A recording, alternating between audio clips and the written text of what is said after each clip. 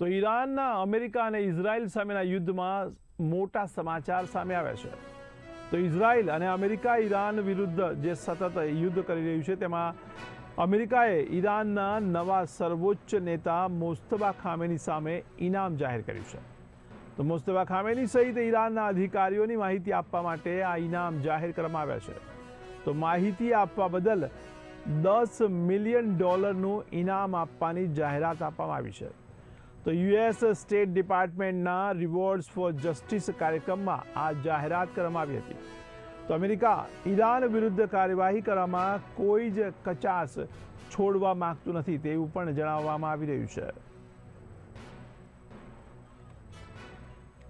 તમારા associate editor ઉમંગ સોની phone લાઈનથી જોડાયા છે. જી ઉમંગભાઈ, અમેરિકાએ ઇનામ જાહેર કર્યું છે મોસ્તફા ખામેની સામે, તેને લઈને આપ શું કહેશો? જયેશભાઈ, તમને જણાવી દઉં કે યુદ્ધનો આજે 14મો દિવસ છે અને આજે અમેરિકાએ સૌથી મોટો હુમલો કર્યો અને જેનું જે ખાક ખાડી કહેવાય છે ત્યાં આગળ જે તેલનો મુખ્ય સ્ત્રોત છે ઈરાનનો, તેના સૈન્ય જે તે ખાડી વિસ્તારમાં જે સૈન્યો ઠેકાણા હતા તેના પર હુમલો કર્યો. ત્યાર પછી તેમનું સૌથી બીજું મોટું નિવેદન આપ્યું છે. તો સ્વાભાવિક છે કે તમને જણાવી દઉં કે કોઈ પણ દેશમાં કોઈ પણ જો ખાસ કરીને જે વિરોધ પક્ષ હોય અથવા વિરોધ દેશ હોય અથવા તો જે દુશ્મન દેશ હોય, જે શક્તિશાળી દેશ હોય, જે પૈસા ટકે ખમી શકે એવો દેશ હોય, તેની વાત આપણે અમેરિકાની કરીએ. અમેરિકાએ $10 મિલિયન ઇનામ જાહેર કર્યું છે. સ્વાભાવિક છે કે દરેક દેશમાં ગદ્દારો હોય છે. તો ભૂતકાળમાં ભારતમાં બી ગદ્દારોના કારણે મહાત્મા ગાંધીનું મોત થયું હતું. આવા અનેક દાખલાઓ તમે જોઈ રહ્યા છો કે કોઈ પણ દેશની ખુફિયા જાણકારી મેળવવા માટે પૈસા સૌથી મોટું મહત્વનું સાધન છે. $10 મિલિયન ઇનામ જાહેર કર્યું છે. ખામેનીના મૃત્યુ બાદ તેમનો દીકરોએ સત્તા સંભાળી હતી તેવા સમાચાર મળી રહ્યા છે કે તેમના દીકરા પર હુમલો થયો છે, એક પગ કપાઈ ગયો છે અને તે કોમામાં છે એવી મીડિયામાં વાતો વહેતી થઈ છે. એવા સંજોગોમાં અમેરિકાએ મોટું તીર માર્યું છે. મોસ્તફા ખામેની સહિત અનેક જે ઈરાનના ઉચ્ચ નેતાઓ છે, જે સરાસર નેતાઓ હોય, ઇન્ડિયન વિભાગના નેતાઓ, તમામ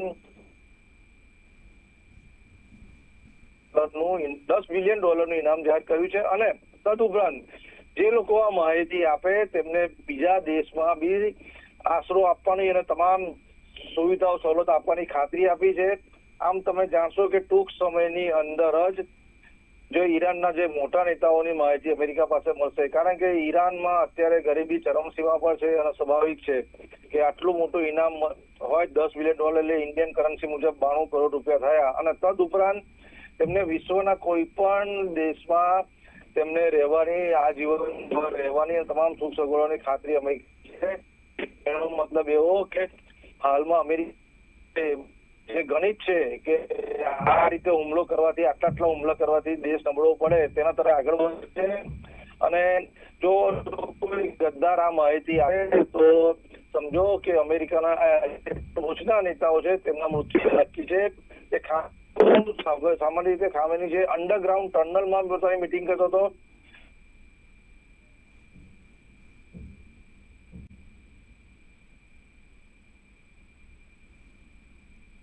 પામ્યા છે. એમના આજુબાજુના જે ખાસ નિકટના ગણાય તેમને ફોડવામાં આવ્યા હતા. તેના કારણે તેમનું મોત થયું છે. નિશ્ચિત થયું છે કે અમુક સમયે તે બહાર આવતા હતા જે અંડરગ્રાઉન્ડ ટનલથી, અને ઉચ્ચ નેતાઓ જે 48 જેટલા ઈરાનના ઉચ્ચ નેતાઓ જે મૃત્યુ પામ્યા હતા, જે મિસાઇલ એટેકમાં 30 મિસાઇલ એટેક કરી હતી, એ બી દિવસે.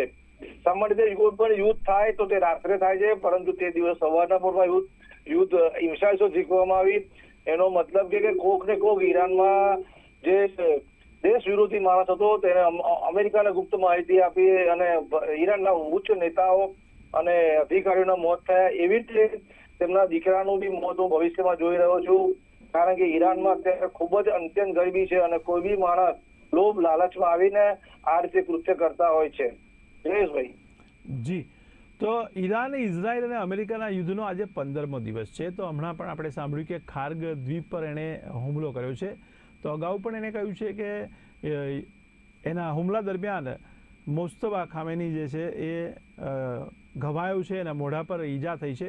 ત્યારે અમેરિકા શું આ ઝડપથી યુદ્ધને સમાપ્ત કરવા માટેની કાર્યવાહી કરી રહ્યું છે, કેમ? જયેશભાઈ, કોઈ પણ દેશ બે લડતા હોય તો યુદ્ધ જલ્દી પતે, એમાં જ બંને દેશોનું યુદ્ધ છે. અમેરિકાએ અત્યાર સુધીમાં અબજો ડોલરનો ખર્ચ કરી દીધો છે. અમેરિકાને એવું હતું કે 2-3 દિવસની અંદર યુદ્ધ પતી જશે, વેનેઝુએલાની જેમ પોતે ઈરાન પર કબજો કરી જશે. પરંતુ ઈરાનની ભૌગોલિક પરિસ્થિતિ અને એમના જે ખામોનીના ઇસ્લામિક ગાર્ડ છે એમની જે રણનીતિની સામે ઇઝરાયલ અને અમેરિકા ઢીલા પડ્યા છે. તેના કારણે યુદ્ધ આટલું ખેંચાયું છે. જો આ યુદ્ધ વધુ ખેંચાય છે અને ખાસ કરીને એવો દાવો કરવામાં આવ્યો છે કે રશિયાએ ગુપ્ત માહિતી, અમેરિકાની ગુપ્ત માહિતી, સંરક્ષણ વિભાગની ગુપ્ત માહિતી ઈરાનને આપી છે. તમે જણાવી દો કે ભારત પાકિસ્તાનમાં જે સિંદૂર જે યુદ્ધ થયું હતું 4 દિવસમાં, તેમાં ચીને ઘણી ખરી ગુપ્ત માહિતી આપણી પાકિસ્તાન સરકારને આપી હતી, એવા દાવાઓ થયા હતા. કોઈ પણ યુદ્ધ થાય તો સચોટ માહિતી બહાર નથી આવતી, ખાલી દાવાઓ થાય છે, જે મીડિયામાં આવે છે. સાચી માહિતી સરકારને જ ખબર હોય છે. જો આ બાબત વાત કરીએ તો ખાર્ક ખાડી એવી છે કે જ્યાં ઈરાન વિશ્વમાં પોતાનો 80 થી 90% કાચા તેલનો નિકાસ કરે છે. સ્વાભાવિક છે કે આટલું મોટું ક્ષેત્ર હોય. તમે જાણી દઈએ કે ભારતમાં લક્ષદ્વીપ અને અંદામાન જેટલું મહત્વનું છે એટલું જ ઈરાન માટે ખાર્ક ખાડી મહત્વની છે. તેમાંથી 80 થી 90% જેટલો કાચો માલ તેલનો વિશ્વભરમાં સપ્લાય થાય છે.